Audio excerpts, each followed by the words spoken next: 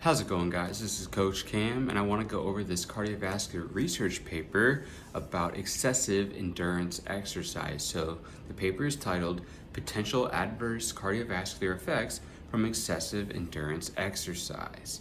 This paper is by James H. O'Keefe and a few other authors. So let's go ahead and dive in.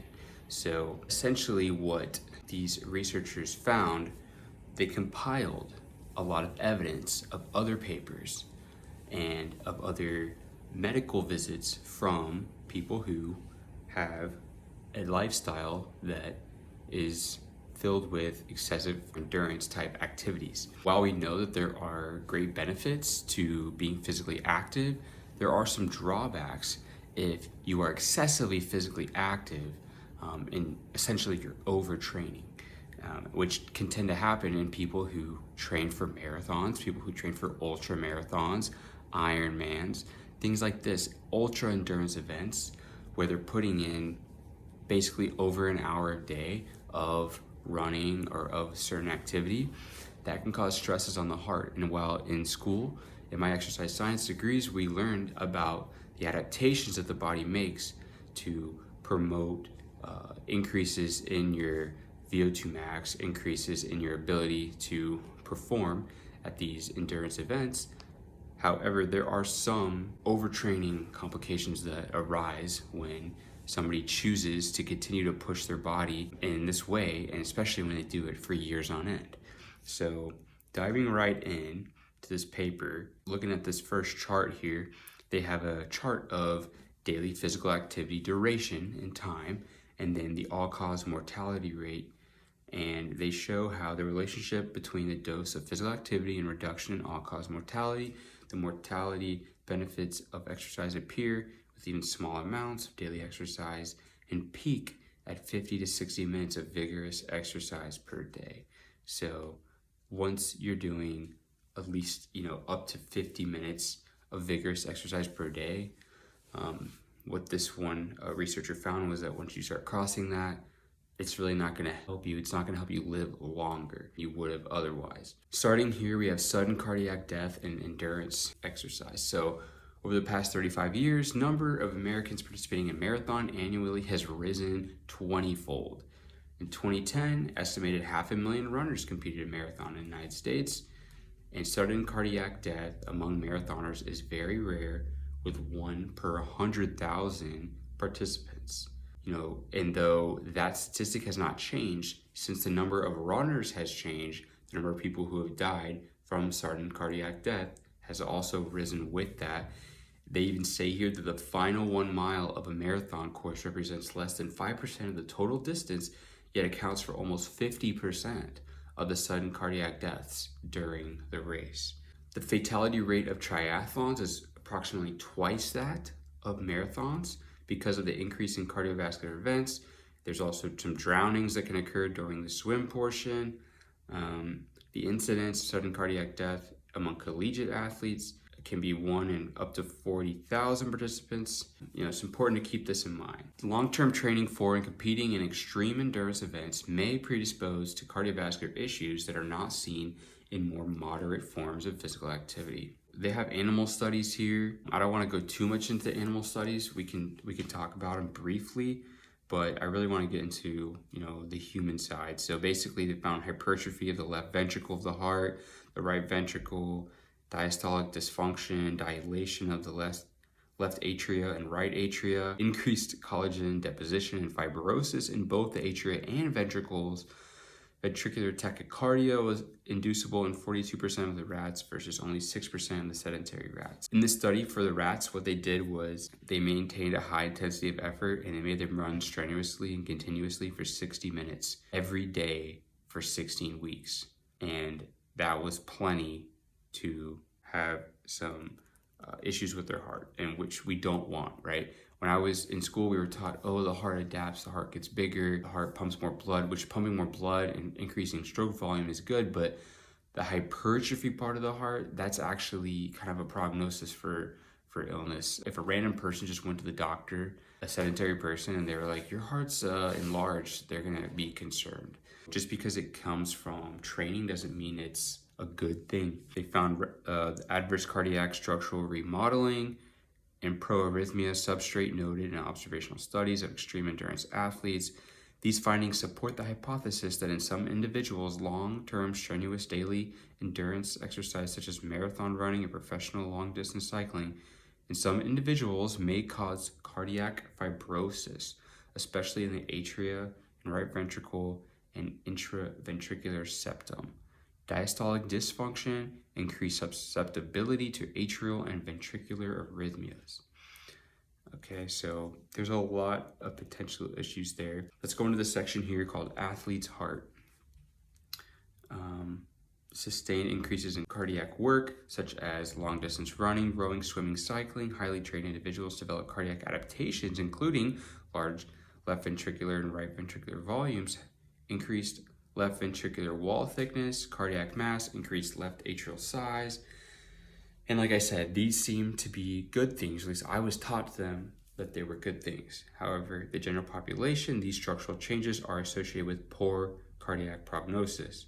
These alterations with a preserved left ventricular ejection fraction, so how much blood your heart can pump out per beat, have been considered typical findings of the athlete's heart.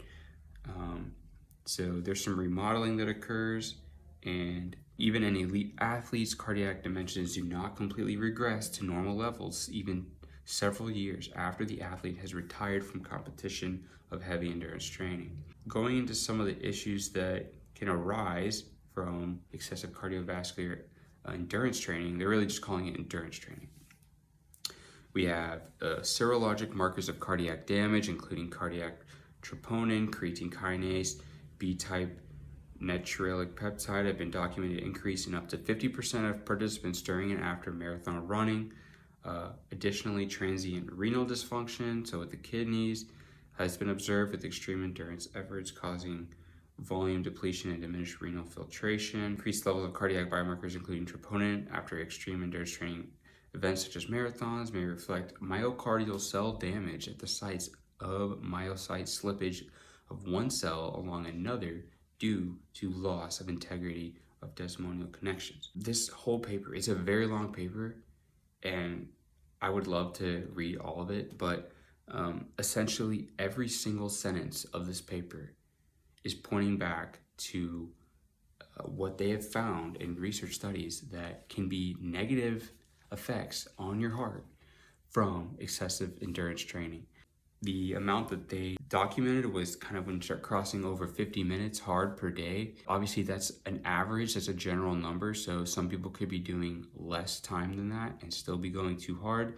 You know, once you can factor in the intensity factor with the volume, you could be doing too much. So, you know, here in this, they found a study of 25 runners, 13 women, 12 men, and they found that running a marathon caused acute dilation of the right aorta and right ventricle, and they found the intense endurance exercise efforts caused elevations of biomarkers of myocardial injury, which were correlated with reductions in RVE, right ventricular ejection fraction, increases in right ventricular volumes associated with tally with 1 week, which returned to baseline after 1 week.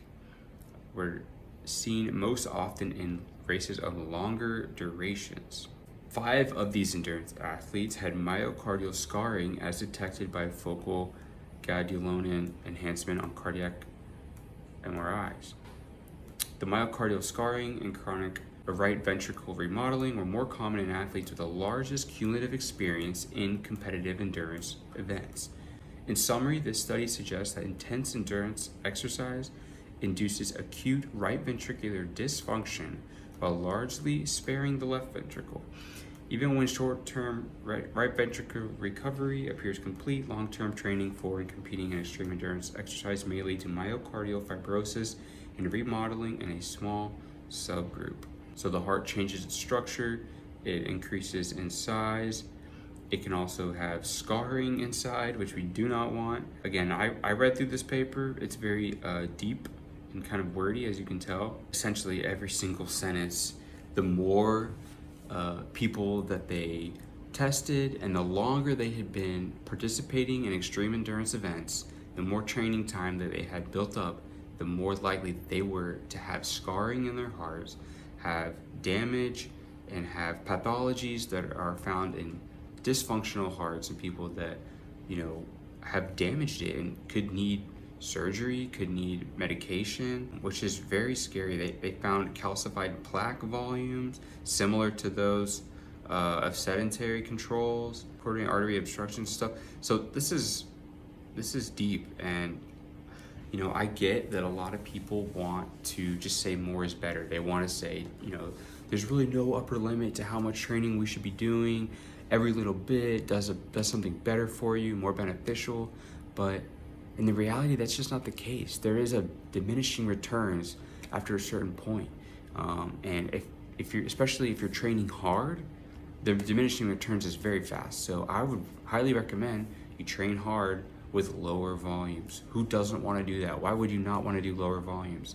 And the thing with the marathon is that it's not some special event. It's not based on human physiology. It's quite an arbitrary number. 26.2 miles takes most people. Obviously, the fastest person in the world is 2 minutes. So it's a 2 to 5 hour race or longer, depending on who you are.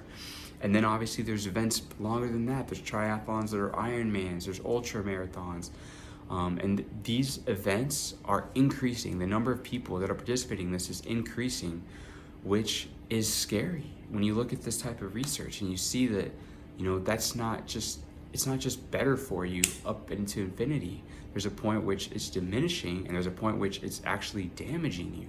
So I would prefer to cease that. Why not train with weights? Why not get muscle size and strength along with your training and along with your cardiovascular training? If you think the weights, that doesn't get you cardiovascular conditioned, have you ever pushed a sled for a minute or two to failure? Something similar to that, you'd be getting more benefits in far less time, far less wear and tear on your heart, on your joints. Try taking your weight training sets, instead of doing them for 15 seconds like most people in the gym.